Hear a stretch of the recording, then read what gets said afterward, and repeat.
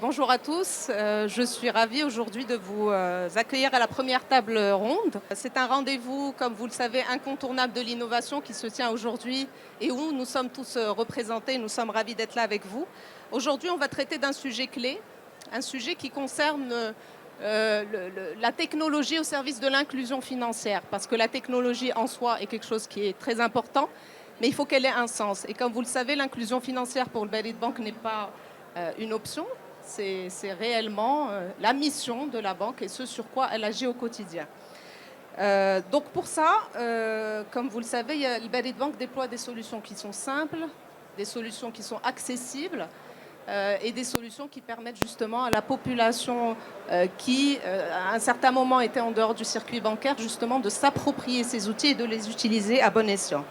Donc notre objectif aujourd'hui est de partager des retours d'expérience en réunissant autour de la table des expertises internes, mais également des partenaires qui nous ont fait le plaisir de nous accompagner dans cette transformation digitale. Et nous sommes ravis de vous recevoir aujourd'hui pour échanger autour de tout cela et faire un partage d'expérience par rapport à tout ce qui a été réalisé dans le cadre de la feuille de route digitale de la banque. Donc autour de la table, j'ai monsieur Sami Metwelli.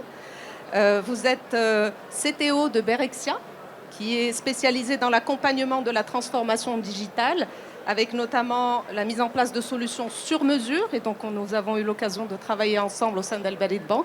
Merci d'être là. Nous avons également M. Abdeltef Nidde. Donc, vous êtes Managing Director Unisoft et Saphir System. Donc, vous êtes un acteur majeur dans les solutions de finances numériques et l'un des partenaires les plus anciens d'Al Balid Bank. Donc, nous vous remercions d'être là aujourd'hui. Monsieur Mohsin Dafali, merci d'être là aujourd'hui. Vous êtes directeur commercial et marketing de la SMIT, donc la société marocaine d'ingénierie touristique.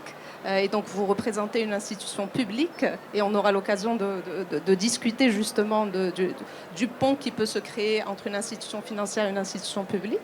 Monsieur Souneini, vous êtes directeur du pôle data et paiement au sein d'Al Balid Bank. Donc vous êtes l'un des piliers de la transformation digitale de la banque. Vous avez agi sur ce sujet-là depuis le lancement de la banque. Et donc vous allez nous apporter votre retour d'expérience par rapport à tout ceci. Monsieur Zougari, pour finir, qui est notre cinquième panéliste. Vous êtes directeur du pôle SI Organisation et AMOA au sein d'Al Balid Bank. Et bien sûr, vous avez directement contribué et de manière concrète au développement du socle SI de la banque qui a permis justement d'aborder cette transformation digitale en toute sérénité. Alors pour commencer, je pense qu'il est intéressant de se mettre dans le contexte de la banque, contexte d'Al Balid Bank. Donc comme vous le savez, aujourd'hui, Balid Bank a une vision en matière d'inclusion financière, une vision qui est avant tout liée à sa mission donc une vision de transformation digitale qui est fortement liée à sa mission d'inclusion financière. Et donc pour ça, je vais m'adresser à Hicham Souneini. Hicham Souneini, concrètement, donc vous êtes directeur du pôle data monétique au sein d'Al Balid Bank. Et donc concrètement, quelle est la vision d'Al Balid Bank en termes de transformation digitale? Pouvez-vous nous donner quelques détails et nous faire part des principaux chantiers? Merci Madame Benis pour votre question. Permettez-moi tout d'abord de dire combien je suis heureux aujourd'hui de participer à cette table ronde et d'avoir cette opportunité de discuter un sujet aussi important que l'inclusion financière. L'inclusion financière, ce qu'il faut savoir d'abord que c'est un sujet qui n'est pas nouveau pour le Balid Bank. Ça fait partie de son ADN depuis sa création. Et c'est pour ça, et avec le digital, on considère que ça devrait et ça doit jouer un levier pour amplifier la portée de l'inclusion financière. Et par rapport au Balid Bank, vous avez parlé de l'histoire de Balid Bank, et de l'importance et de la place de l'inclusion financière dans sa stratégie. Il faut savoir que très tôt, la banque et le management a fait le pari du digital. Donc le digital a été considéré comme étant un levier qui devrait apporter une facilitation pour atteindre la mission d'inclusion financière. Donc ce choix a été fait très tôt et ça a été concrétisé par une prise un sponsoring à très haut niveau. Et ça, c'est le premier point que je veux bien aborder, c'est le sponsoring des top management de la transformation digitale, parce que sans un alignement entre le sponsoring et la feuille de route digitale et les objectifs un peu de la transformation digitale, ça reste limité à des initiatives qui sont isolées. Mais avec cet alignement, on est un peu dans une dynamique, dans une véritable dynamique de la banque et de l'entreprise. Mais concrètement, il y a eu plusieurs initiatives pour pouvoir contribuer à l'inclusion financière et assurer cette transformation digitale, mais d'une manière pensée, progressive et stratégique. D'abord, il y a eu un investissement massif dans la solution mobile. Et le but, c'était simple, permettre à notre clientèle de faire leurs transactions au quotidien à distance. On a travaillé également sur les parcours clients et l'expérience utilisateur. Le but, c'était d'apporter quelque chose de simple, parce que si on veut faire adopter les solutions digitales, il faut que ça soit simple, facile, surtout pour une population qu'on peut considérer qu'elle est peu à l'aise par rapport aux solutions digitales et aux démarches bancaires classiques. Il y a eu également le développement de tout ce qui est services de paiement et de wallet, parce que le but, c'était de contribuer davantage à réduire l'utilisation du cash. Un quatrième levier, c'est le volet data. L'axe data a été considéré au sein de Bank comme étant un axe important qui doit être traité d'une manière très correcte pour pouvoir identifier les besoins de la clientèle et apporter des solutions appropriées.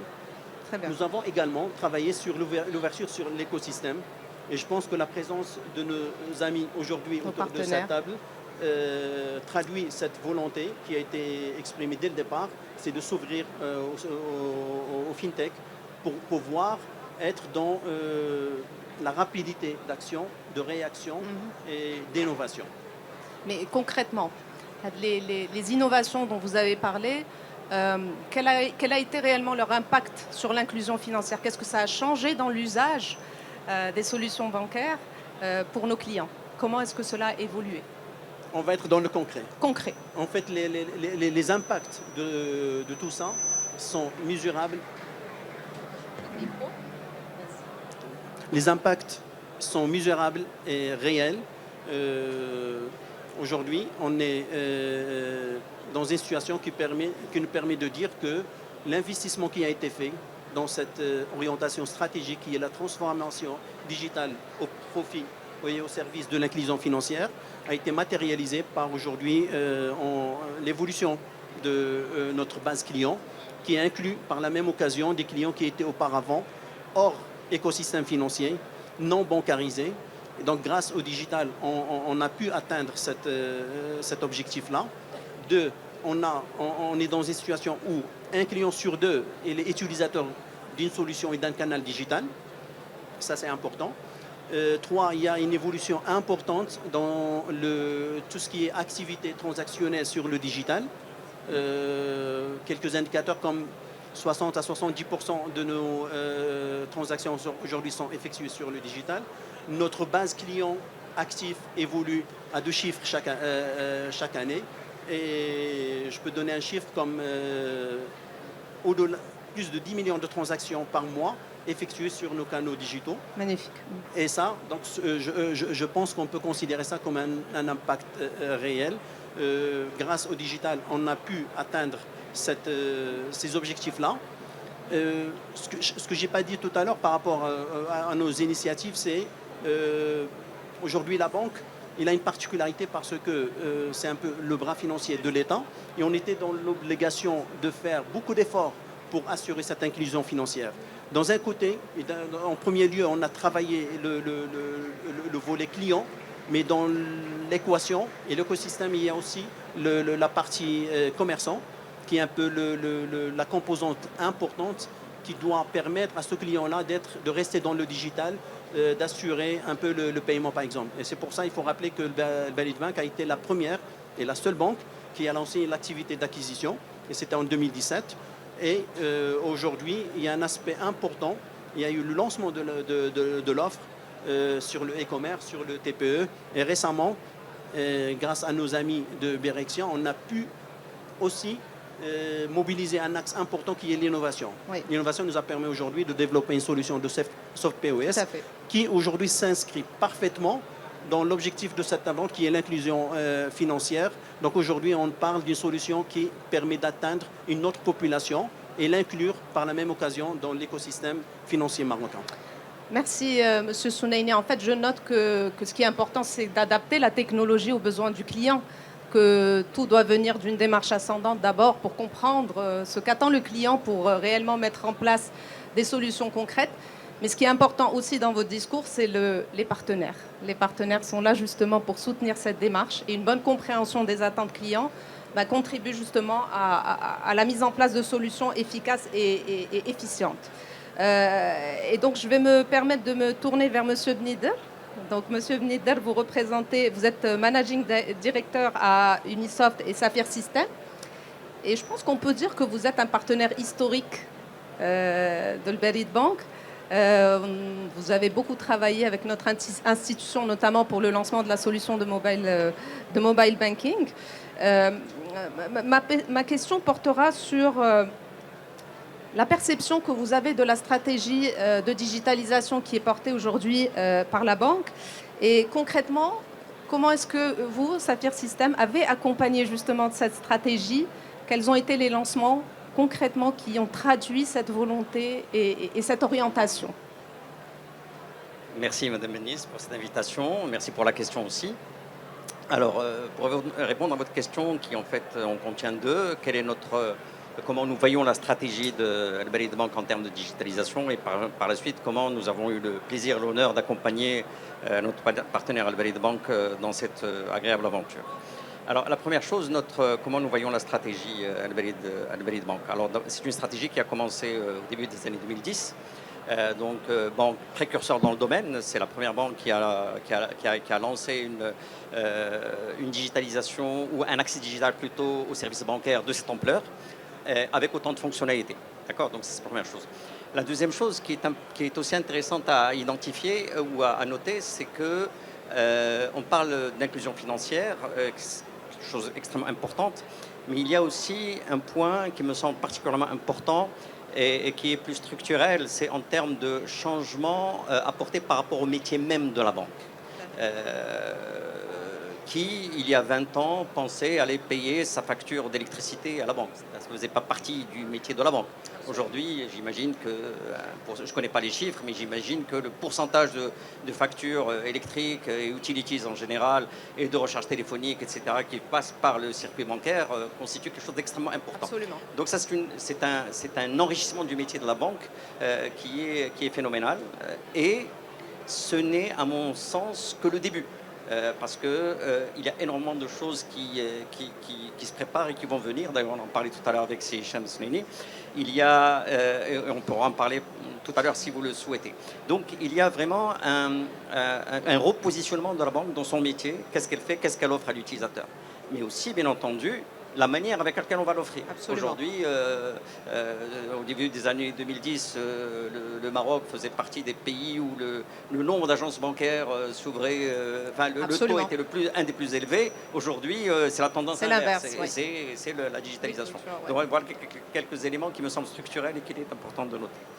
Alors, donc je disais par rapport à la stratégie, il y a une stratégie de renforcement, d'enrichissement de l'activité même de la banque et par les moyens d'accès qui sont des moyens digitaux et sur lesquels, comme disait tout à l'heure Hicham, la banque a investi dès le départ et de manière massive et y croyait.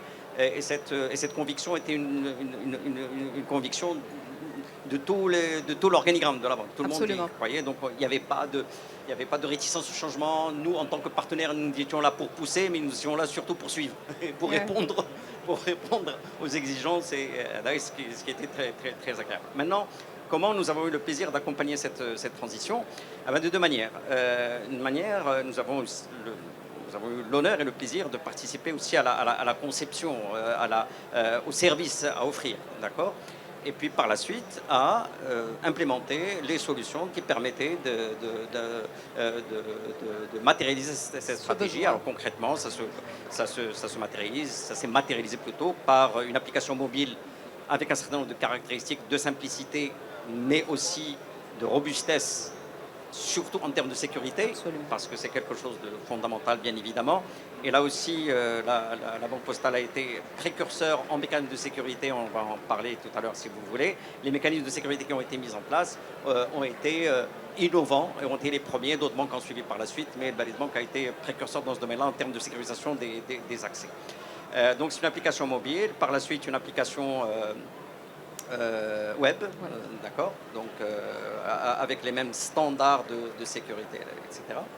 Et il y a aussi la filiale de Balise Bank qui est Balise Cash, d'accord, que nous avons eu aussi le plaisir d'accompagner dans ce sens-là. Et là, dans un domaine complètement nouveau, qui est le domaine des établissements de paiement, avec tout ce que cela accompagne comme nouveau mode opératoire, Absolument. parce qu'on va avoir de l'agent banking avec des agents, des réseaux d'agents qu'il faut enrôler, etc. Et donc nous avons le plaisir d'accompagner le groupe Valid Bank dans cette aventure, aussi bien pour la partie banking que pour la partie établissement de paiement. Voilà. Alors, vous avez parlé d'innovation. Vous avez cité quelques exemples d'éléments qui ont été innovants au sein d'El Bank. Vous pouvez peut-être nous en citer une innovation qui finalement aujourd'hui est reprise par la place bancaire, qui ne l'était pas au moment où ça a été lancé. C'est un peu difficile parce qu'il y a énormément d'innovations. D'accord, en choisir une serait réducteur pour les autres parce qu'elles sont toutes aussi importantes les unes que les autres. Alors je parlais de la partie sécurité qui est une sécurité due à factor, oui. d'accord, qui a été implémentée par des mécanismes innovants que nous avons le plaisir de proposer, qui ont été acceptés par la banque, et donc ce sont des mécanismes de sécurisation qui sont en place. Mais il y a aussi, mais ça c'est technique, on ne le voit pas, l'utilisateur ne le voit pas. Oui. Et heureusement qu'il ne le voit pas parce qu'il aurait vu le négatif. Si son compte a été hacké, il aurait Absolument. vu. Mais tant que son compte se porte bien, il est content, tout le monde est content, et tant mieux, et pourvu que ça continue comme ça, donc il vaut mieux ne pas en parler. Par ailleurs, il y a sur le plan des fonctionnalités. Alors, des fonctionnalités, il y a eu sur le plan produit, il y a eu la carte virtuelle qui a été proposée, d'accord, donc avec une livraison quasi immédiate, etc. Donc ce sont des choses très, très, très importantes. En termes de produits, il y a aussi d'autres produits qui sont extrêmement importants, tels que l'open banking, d'accord. Aujourd'hui, Balise Bank, je ne sais pas s'il y a d'autres confrères de la place qui proposent cela, mais en tout cas, même s'ils le sont, Balise Bank a été précurseur dans ce domaine-là. Et donc, comme service pour surtout nos amis MRE, c'est quelque chose d'extraordinaire. Fondamental, donc, absolument. Fondamental. Voilà, et là, ce ne sont que les premières innovations qui me viennent à l'esprit. Il y en a un tas d'autres, bien évidemment. Et tout ça, c'est, bien sûr, c'est une co-construction. Le besoin naît au sein des équipes de la banque. Bon, on a le plaisir de discuter. Et puis, ça se développe petit à petit pour que ça prenne forme à la fin sous forme d'application. Merci, Monsieur Bnider. Bon, il est clair qu'aujourd'hui, au-delà du partenariat, vous êtes au-delà des prestataires, vous êtes des partenaires, tous autour de cette table. Et je pense que c'est ce qui fait qu'une transformation digitale est réussie. C'est la vision, mais c'est également le fait qu'on soit tous orientés dans le même sens et que ce soit poussé à plus haut niveau. Merci pour votre intervention. Je souhaitais rebondir sur un point qui a été mentionné par Sisouneini en début d'intervention. C'est le développement de l'activité acquisition. Balise Bank a été la première banque à développer à être à la fois émetteur et acquéreur. Donc, dès 2017, elle a développé l'activité acquisition. Je me tourne vers vous, monsieur Sami Metouali. Donc, vous avez accompagné le Balise Bank dans la mise en place de cette activité. Et vous continuez aujourd'hui à accompagner la filiale Balise Cash depuis le transfert d'activité. Aujourd'hui, vous continuez donc cet accompagnement ma question repose sur le lien entre le service acquisition et l'inclusion financière. Aujourd'hui, comment est-ce que tout ceci a été mis en place? Comment est-ce que ce lien a été porté? Et quel est réellement l'impact que ça peut avoir, notamment pour les innovations qui ont été développées dans le cadre de cette activité acquisition? Ok, parfait, merci beaucoup. Alors, premièrement, je suis honoré d'être présent avec vous pour cette table ronde. La question porte sur deux sujets, la partie de l'inclusion financière et le deuxième sujet sur la partie de l'innovation, même si je pense que les deux sont totalement liés. D'accord? Alors, la première chose, c'est que, effectivement, nous, on a accompagné Berit Bank sur plusieurs sujets pour pouvoir créer des nouvelles fonctionnalités ou bien de pouvoir proposer des solutions de paiement en se basant sur leur système d'acquisition. On a été honoré d'être les premiers à mettre en place une solution de software en partenariat avec Berit Bank qui a permis de créer un nouveau canal de paiement au Maroc et qui en a besoin et on essaie toujours de développer cette partie-là. Et aussi, on a pu accompagner Berit Bank dans la mise en place d'une solution de PSP pour tout ce qui est e-commerce. Donc, sur ces deux solutions-là, la première chose, c'est que notre démarche, c'est que le process de paiement, c'est qu'une étape dans le process commercial ou bien dans le process d'achat et ainsi de suite. Il faut voir l'innovation dans ce sujet-là de façon un peu plus globale, d'accord? Parce que si on veut apporter des solutions de paiement, il faut déjà, premièrement, comment on peut capturer le client, comment on peut l'onboarder, comment on peut proposer ou bien intégrer cette solution de paiement dans le process d'achat et comment on peut fluidifier cette partie-là. Une fois que le process d'achat est terminé, comment je peux capturer ce client-là et que j'arrive à l'intégrer au niveau de mon CRM, au niveau de... j'ai une analyse comportementale sur ce client-là, comment je peux les cibler après. Donc, la partie paiement, elle est une partie intégrante dans le process, mais il faut toujours mettre en place d'autres solutions satellites qui vont tourner autour de ça, qui vont permettre de fluidifier ce process-là et de capturer le client. Donc ça, c'est le premier point. Le deuxième point qui est important ici sur la partie inclusion financière, et je pense, nous, notre démarche avec Berit Bank, ou bien Berit Cash, il s'inscrit effectivement dans ce process-là. Parce que la première chose sur laquelle on a travaillé, c'est la partie de SoftPOS. Ou bien l'objectif d'un petit peu de SoftPOS, c'est de pouvoir comment je peux réduire le ticket d'entrée du commerçant. Absolument. Parce que n'importe quel téléphone Android, n'importe quel device Android avec du coût d'acquisition qui sont très bas, tout le monde maintenant il est équipé d'un téléphone Android. Ce téléphone Android, il devient un moyen de paiement, il devient un TPE qui permet d'effectuer la totalité des opérations. Et donc, il y a une facilité facilité de mise en place de la solution, une facilité d'onboarding de ces commerçants. Sans équipement additionnel. Sans équipement additionnel et avec une facilité d'usage. D'accord ? Maintenant, l'idée, il faut voir qu'il ne faut pas se limiter à ça. Il ne faut pas se limiter, le ticket d'entrée, il est gratuit, mais OK, après, comment je peux assurer l'usage? Comment je peux fidéliser le commerçant par rapport à ce terminal-là? Donc, on est en train de travailler avec le Berit Cash et aussi le Berit Bank, c'est de voir l'approche un peu de façon plus globale. D'accord? Et de ne pas juste offrir un moyen de paiement, mais offrir un package, un vrai package, qui va permettre un petit peu de fidéliser le commerçant et d'offrir, et ça c'est important, comment je peux lui donner une autre source de revenus supplémentaires au-delà de la gestion des paiements. Actuellement, le Berit Cash, ça vous le savez très bien, il offre pas mal de services pour tout ce qui est paiement des factures, pour tout ce qui est transfert d'argent, pour tout ce qui est paiement des dividendes, de NARSA, la NARSA et ainsi de CNSS, suite. etc. Il y a énormément d'options qui existent et donc l'idée c'est que ce petit commerçant il va être équipé d'autres moyens de paiement, il va avoir d'autres services qu'il peut offrir à ses différents aux citoyens. Par exemple, il peut faire des recherches simples de téléphone et ainsi de suite. Donc il faut voir l'approche. Il ne faut pas se limiter seulement pour offrir un moyen de paiement, mais il faut essayer toujours d'augmenter un petit peu le périmètre d'usage, rajouter de nouvelles fonctionnalités à forte valeur ajoutée pour le commerçant et bien sûr pour les citoyens par conséquent.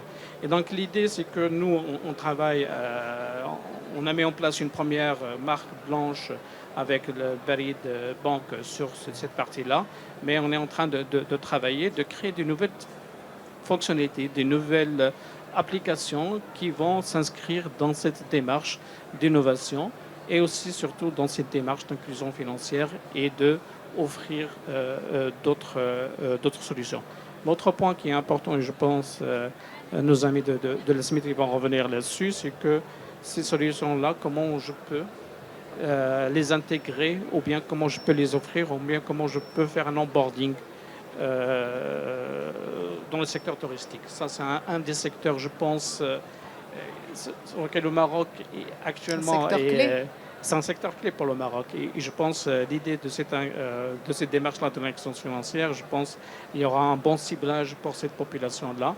Et l'idée, c'est de les accompagner et de même voir avec l'innovation qu'on est en train de mettre en place, comment je peux aussi automatiser toute la partie onboarding et comment je peux leur faciliter avec aussi d'autres fonctionnalités, comment je peux par exemple leur offrir un CRM. Si on va parler de secteur touristique, c'est un secteur qui est très peu digitalisé, ou bien si on parle de certains points touristiques au Maroc, l'idée c'est que comment je peux intégrer ma solution avec d'autres solutions satellites, par exemple un CRM qui va permettre un petit peu de faire des campagnes marketing simples, ciblées sur des populations ou bien sur des clients, ou bien sur des prospects bien spécifiques. Comment je peux gérer ma facturation, comment je peux gérer mes activités, comment je peux gérer les différents l'agenda, les réservations et ainsi de suite. Donc l'idée c'est que la solution de paiement, elle est intrinsèque, mais elle n'est pas la seule. Il faut pouvoir la combiner avec d'autres applications satellites qui vont offrir la valeur et qui va permettre de ramener des clients, qui va permettre un petit peu de ramener de nouvelles sources de revenus dans l'exercice. Alors c'est très clair, Monsieur Mtouali, et je vous remercie pour votre intervention. On comprend qu'au-delà de la solution technique, il y a aussi le volet conseil, le volet accompagnement, le volet écosystème.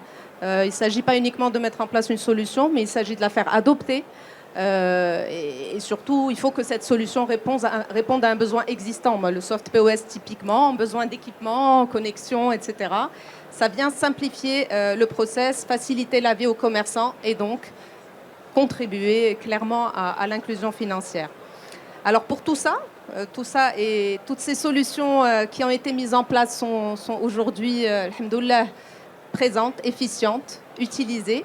Mais avant ça, je pense que la banque a dû se préparer pour pouvoir accueillir toutes ces solutions qui nécessitent d'avoir un socle qui est à la fois solide, mais aussi agile pour pouvoir justement accueillir de nouvelles solutions. Et donc, je me tourne vers Monsieur Zougari. Donc, vous êtes directeur du pôle SI et au sein d'Al Barid Bank. Donc vous avez contribué dès le départ, dès le lancement de la banque en 2010, au lancement justement, à la constitution de ce socle technique. Quels sont les plus gros défis quand on transforme une banque? En fait, merci Madame Benis, merci ravi d'assister à ce panel qui rassemble avec nos partenaires, avant qu'ils soient des prestataires. Nous avons construit de belles choses sur le système d'information. Donc, pour la transformation digitale, donc en fait, c'est pas pour la Al Barid Bank, c'est pas un projet ponctuel.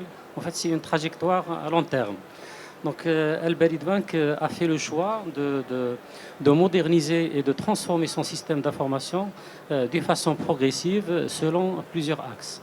Donc, le premier axe, c'est la modernisation de Legacy, aussi l'acquisition de nouvelles solutions, et en suivant une démarche très prudente, tout en évoluant notre système pour répondre aux nouveaux besoins des métiers, sans créer des ruptures de service. Le deuxième point, c'est de mettre en place un système qui est agile et ouvert, donc à travers un processus ou en trajectoire d'APIisation du système d'information, donc qui permet de transformer le système d'un système monolithique à un système modulaire, donc qui permettra en fait d'avoir plus d'ouverture pour accompagner l'innovation et aussi la digitalisation des services. Le troisième volet, en fait, c'est la mise en place des plateformes digitales. Donc, en fait, la mise en place de la plateforme mobile, donc, qui est une réussite pour Alberic Bank et qui a transformé l'usage des services financiers, donc a permis en fait, d'industrialiser les parcours clients et aussi d'avoir une innovation par rapport aux usages des services financiers. L'axe data, donc Alberic Bank a travaillé beaucoup sur la valorisation des données, donc à travers un gisement qui est très important et qui a permis en fait, d'avoir des idées pour mettre en place des services innovants qui ont été en fait déployés aux citoyens. Le dernier axe et l'axe le plus important, en fait, c'est la sécurité et la résilience. Donc, la sécurité, comme a parlé Sylvie de tout à l'heure, donc il y avait en fait des idées innovantes qui ont été mises en place et par la suite, en fait, on était précurseurs pour les mettre à l'usage des citoyens. Nous adoptons en fait une approche de conception by design. Donc la sécurité, donc ce n'est plus un élément qui vient à la fin, mais plutôt à la conception des services. On pense d'abord sécurité. Ces éléments-là ont permis de mettre en place un système qui est agile, qui est ouvert et qui permet en fait d'intégrer de nouveaux services d'une façon plus agile. En termes de défis, bien évidemment, donc il y a eu beaucoup de défis qu'on a eu lors de cette transformation. Donc le premier défi, donc c'est transformer sans créer de rupture. Donc nous avons fait le choix d'aller progressivement et pas de faire des changements à grande échelle, en fait, pour ne pas avoir des arrêts de service ou en fait des arrêts de mise en production de nouveaux services. Il y a aussi des défis d'agilité. Donc, nous avons travaillé sur en fait, une approche et aussi une démarche et aussi une plateforme DevOps qui a permis d'avoir en fait, un processus agile de delivery. Il y a aussi, sans oublier, le défi culturel. Donc, le technique, du changement. Exact. Le technique, Louis simple ou les solutions innovantes ne permettent pas en fait, d'avancer. On peut déployer des services, mais sans qu'ils soient utilisés. Donc, cet élément-là était un axe principal en fait, dans la réflexion et aussi dans le processus de déploiement de nos services. Donc, voilà. Donc les défis sont quotidiens, je pense à toutes les étapes du projet avec une vigilance particulière sur le volet sécurité qui est aujourd'hui un point très important que nous allons aborder d'ailleurs dans nos prochaines tables rondes. Monsieur, je me permets de me tourner vers vous maintenant. Donc Monsieur Mohsin Dafali, vous êtes directeur commercial et marketing au niveau de la SMIT, donc la Société marocaine d'ingénierie financière. Nous avons parlé du secteur touristique, donc M. Metouali a soulevé l'importance de ce secteur, notamment sur le volet d'inclusion financière. Donc aujourd'hui, le rapprochement justement entre les institutions publiques et les institutions financières au bénéfice de l'inclusion financière, comment est-ce que vous envisagez cette démarche aujourd'hui pour qu'elle soit justement vertueuse pour le client final ? Merci tout d'abord pour l'invitation. Donc, vous avez pensé à un secteur aujourd'hui qui se distingue par une croissance à deux chiffres avec des chiffres et des indicateurs historiques. Ceci n'est le fruit que d'une feuille de route qui a mis du budget et qui a mis des moyens à contribution autour d'une approche partenariale tant au niveau sectoriel qu'au niveau des autres partenaires. Mais peut-être avant de répondre à cette question, et je suis ravi de la composition du panel parce que ça me rassure personnellement. Ouais. Ça me rassure parce que le partenariat que nous sommes en train de développer avec Berit Bank, justement, fait que, étant bien entouré par des partenaires historiques qui font vraiment du technique leur quotidien, nous mènent sincèrement la certitude de réaliser nos objectifs.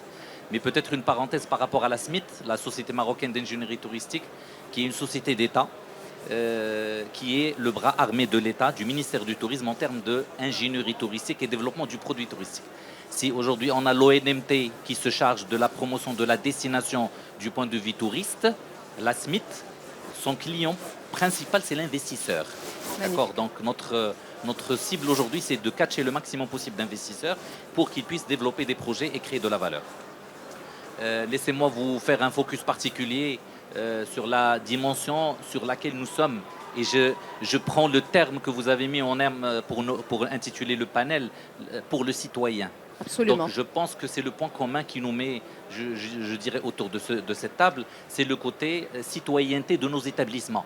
La SMIT aujourd'hui a connu, je dirais, un effet de levier de par le montant de l'investissement public que nous mettons pour densifier et pour chercher la massification du produit. Et je fais un focus particulier pour la TPME touristique. Nous avons parlé tout à l'heure, avant le démarrage du panel, que le tourisme marocain manque d'animation touristique. Et l'animation touristique aujourd'hui, en termes de cible, c'est au niveau de la petite et la moyenne entreprise. Et c'est la raison pour laquelle nous avons, nous en tant que SMIT, nous en tant que société d'État, en tant qu'État de manière générale, pensé à ce que la meilleure manière de faire de l'inclusion financière, c'est de créer de l'activité, de la structurer et de développer sa résilience. Aujourd'hui, la SMIT finance des subventions à fonds perdus, des programmes d'investissement de taille petite et moyenne, de 150 000 à 400 000 dirhams à fonds perdus qu'on lance à travers des appels à manifestation d'intérêt pour qu'on puisse financer, accompagner ces porteurs de projets à se développer autour de leur activité, là où ils sont, au niveau de leur territoire. Et finalement, nourrir toute la chaîne de valeur jusqu'au citoyen final. Tout à fait. Et nous avons développé également des programmes d'innovation, de gaming, de digitalisation des services. Nous avons justement, avec notre partenaire Berexia, lancé la nouvelle plateforme qui est une plateforme révolutionnaire du point de vue de son innovation. Nous avons additionné la partie puissance de l'intelligence artificielle à notre expertise pour offrir à l'investisseur de manière générale une plateforme géolocalisée avec un chatbot IA qui permet d'identifier les opportunités d'investissement et d'investir. Ça, c'est le premier point. Le deuxième point, c'est un projet qui est en phase pratiquement on termine les recettes pour bientôt, on va le déployer incessamment, qui est la marketplace. La notion de marketplace aujourd'hui, on le dira jamais assez. Les gens, les porteurs de projets, les opérateurs n'ont plus besoin de financement, la vérité. Ils nous disent, nous avons besoin de marché. Absolument. Essayez de nous aider à accéder le marché. C'est la raison pour laquelle nous avons investi sur le levier digital pour instaurer une marketplace digitale pour que, justement, pour que, les opérateurs soient mis sur la carte internationale, soient commercialisables. Et on ajoutera à tout cela la question de solutions de paiement qui vont s'additionner à ces marketplaces pour permettre du transactionnel très fluide, très visible, etc., etc. Moi, je pense en synthèse par rapport à ça, notre initiative, elle est concrètement visible parce qu'on est en train de densifier à travers de l'injection de l'argent public.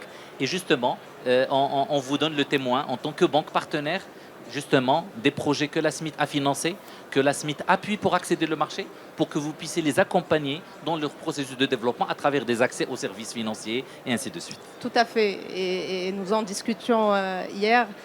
Comme vous savez, la banque a obtenu son agrément pour adresser aujourd'hui la très petite entreprise.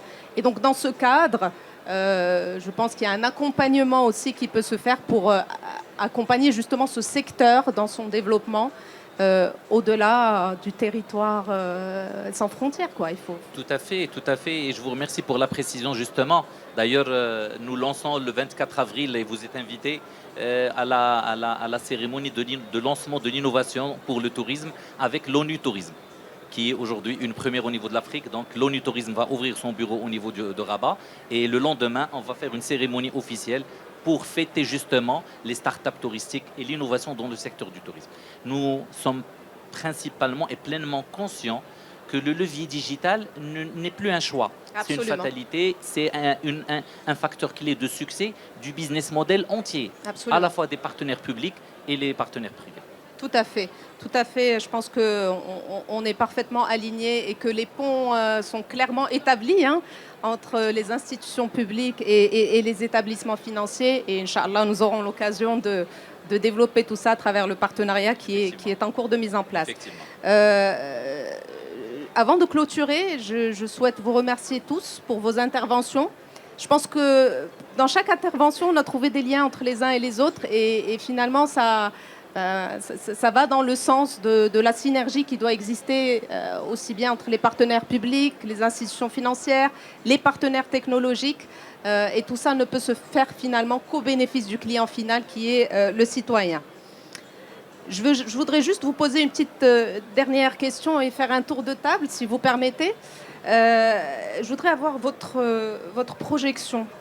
Selon vous, dans les quelques années à venir, les 5 années à venir, quelle sera réellement l'innovation qui va faire que les usages et les pratiques vont changer, que l'inclusion va se faire naturellement? Quelle est cette technologie qui aujourd'hui fait qu'il y a réellement un impact, elle va réellement être adoptée et dans les 5 prochaines années, elle va s'imposer à nous et finalement aux citoyens? Hicham, peut-être? Tu n'as pas parlé depuis longtemps. Oui, en tout cas, moi je suis très très ravi par la complémentarité qu'on vient maintenant de confirmer au vu de la feuille de route, de la trajectoire de nos amis de la SMIT. Je pense le chemin se croise et c'est que ça va être pour le bien de notre pays. En termes de projection technologique, et pour rester dans le thème de cette table ronde, qui est l'inclusion financière, moi je pense aux services qu'on peut développer davantage pour la clientèle, en termes de facilitation de quelques opérations, transactions et en moindre coût. Et là, tout ce qui est crypto-monnaie et stablecoin, moi je considère que ça peut être un levier important qui va apporter une solution à des coûts très très concurrentiels qui nous ressemblent, qui sont dans notre ADN. Et moi je mise sur la crypto-monnaie.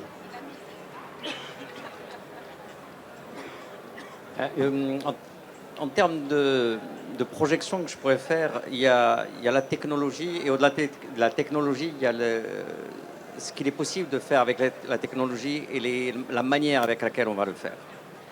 Alors, moi, je vois que les modes d'interaction avec les systèmes vont certainement changer pour avoir le vocal qui va s'installer de manière plus prépondérante. Donc, on ne va plus se connecter à une application pour naviguer dans l'application, pour accéder à des services.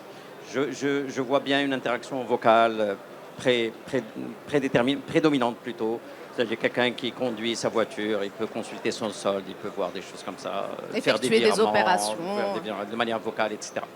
Donc ça, c'est la première chose. La deuxième chose, c'est que et là, c'est une transformation encore, ou un enrichissement supplémentaire du métier de la banque qui sera certainement permis par la technologie. C'est comme on a vu cette première phase d'enrichissement, on est passé d'opérations bancaires à des opérations ou des services à valeur ajoutée, tels que le paiement de facture, la recharge, des choses comme ça. Je pense qu'il va y avoir un étage supplémentaire où on va aller dans l'application de la banque pour faire des achats, par exemple. D'accord? Parce qu'au bout de l'achat, il y a le paiement. Absolument. Donc on peut dire, bon, ok, je commence par la partie paiement, je vais dans une galerie, je fais mes courses et puis après, à la fin, je me connecte sur l'application bancaire pour acheter. Mais peut-être qu'il va y avoir une fusion de ces deux mondes-là. Et donc, on va naviguer entre ces opérations bancaires et ces opérations d'achat. Et là, ces achats vont-ils être spontanés ou vont-ils être suggérés? D'accord. Personnalisation. Et donc, voilà. Etc. Et donc là, bien évidemment, il y a un présent qui est en permanence dans les esprits et parfois dans les discussions, c'est l'intelligence artificielle, bien évidemment. Alors, moi, je verrais beaucoup de l'intelligence artificielle en termes de propositions, d'accord? Propositions d'achat, propositions d'investissement, propositions d'épargne, propositions, etc., suggestions. Voilà comment je verrais les choses. Le mode d'interaction qui doit certainement évoluer, avec aussi la sécurité ou la biométrie peut-être va aussi intervenir. Et puis, en termes de fonctionnalités et de services proposés par les banques, c'est quelque chose, je pense qu'il va y avoir une révolution dans les prochaines années. Je vous remercie. Que de belles choses à venir, Monsieur Defel. Alors la vérité, la complexité de la question fait que aujourd'hui je reste perplexe par rapport à l'ambition, un secteur touristique que l'ADN principal c'est le contact. Donc aujourd'hui, si je parle de touristes, donc je ne peux pas, d'ailleurs on a fait beaucoup d'actions et d'initiatives de la métaverse avec nos amis de Verexia, du point de vue investisseur. Mais par rapport au touriste, c'est difficile d'imaginer le tourisme de demain sans contact. Donc, Dieu merci, on va essayer d'introduire toutes les technologies pour faciliter cette expérience touristique, mais il faut vraiment préserver ce contact humain pour que je puisse justement dire que nous avons un tourisme qui réussit. Par contre, et là je peux oser dire que c'est un rêve pour moi, aujourd'hui la création de la valeur qui est la difficulté aujourd'hui au Maroc. On parle de l'emploi et on parle surtout de l'auto-emploi. Les orientations de Sidna Lainsro aujourd'hui, c'est de développer l'auto-emploi. Si aujourd'hui je peux rêver, je peux avoir une ambition, je souhaite que l'inclusion financière de l'investisseur soit à travers le levier de l'intelligence artificielle. Magnifique. Pour rééduquer les ambitions de l'investisseur, rééduquer et structurer le mindset de l'investisseur de telle manière à ce que son inclusion financière soit réussie. Et si elle est réussie, donc automatiquement, son entourage, je dirais, institutionnel, bancaire, institutionnel, privé, institutionnel, public, va être vraiment pleinement sensé. Tout à fait. Je vous remercie, M. Beniter. M. Zoghari. Pour moi, en fait, pour les 5 prochaines années, la technologie la plus transformative, ça va être en fait l'intégration de la technologie, l'intelligence artificielle au niveau des usages au quotidien, au niveau des services au quotidien, les services bancaires, les services publics. Pourquoi? Parce que ça va permettre en fait de simplifier, de personnaliser, d'automatiser massivement et de démocratiser les accès aux services et de simplifier énormément l'usage au quotidien des Marocains et des citoyens. Voilà. Merci. Intelligence artificielle. Monsieur Metouali. Ah, c'est dur, hein, ils ont tout dit. Normalement, je suis spécialisé de l'innovation, donc je vais trouver des réponses qui sont pertinentes.